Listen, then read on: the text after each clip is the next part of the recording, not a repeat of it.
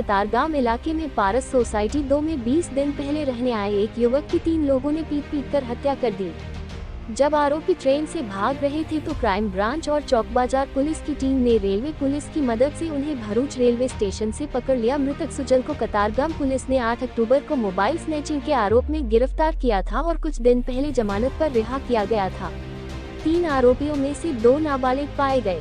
ताज़ा खबर देखने के लिए देखते रहे स्टार न्यूज नेटवर्क। जय हिंद।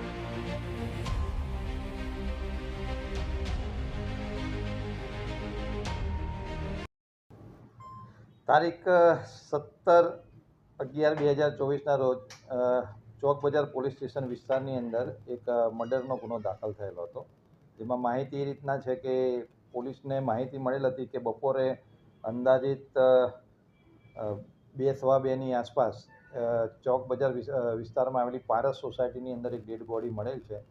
પોલીસે તાત્કાલિક વિઝિટ કરી અને જે મરણ જનાર છે એ બાબતે તપાસ કરતા મરણ જનારનું નામ સુજલ અશોકભાઈ વાટુકિયા, જે મૂળ બોટાદ જિલ્લાનો રહેવાસી હતો, જેનું મર્ડર થયેલ હતું। અને ટેકનિકલ વિગતો કરતાં જાણવામાં આવેલું હતું કે 3 વ્યક્તિઓ તેની પર હુમલો કરેલ છે। તો આ અનુસંધાને પોલીસે ગુનાની ગંભીરતા લઈ તાત્કાલિક ટીમો બનાવેલી હતી।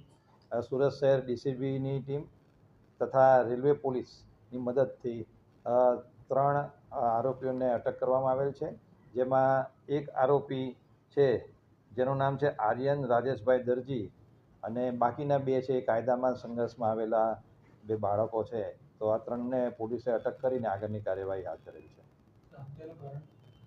આની અંદર આ 3 જે આરોપી છે એ તથા જે મરણ જનાર છે 4 મિત્રો હતા, અને બપોરે પણ એ લોકો ભેગા હતા ત્યારે આરોપીનો એક મોબાઈલ છે એ આ મરણ જનારના ઘરમાં રહી ગયેલો હતો, અને એ મોબાઈલ લેવા માટે જ્યારે મરણ જનારને ફોન કરીને બોલાવવામાં આવતા એમાં વાર થઈ હતી। એ દરમિયાન આ આરોપીને મરણ જનાર વચ્ચે બોલાચાલી થઈ હતી, એમાં ઉશ્કેરાઈ જઈ અને આ 3 આરોપીઓએ મરણ જનાર ઉપર ગરદાપાટનો માર મારી એમાં જે આર્યન રાજેશભાઈ દરજી છે એણે ચપ્પા વડે હુમલો કરતા જે સુજલ છે એનું ઘટના સ્થળે જ મૃત્યુ થયેલો હતો।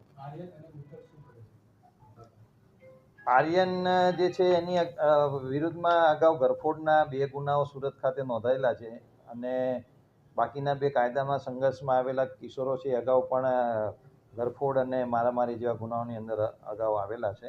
મરણ જનાર જે સુજલ વાટુકિયા છે એ પણ ગયા મહિને કતારગામ પોલીસ સ્ટેશનમાં ચેઇન સ્નેચિંગના ગુનાની અંદર એને પણ અટક કરેલો હતો। Thank you.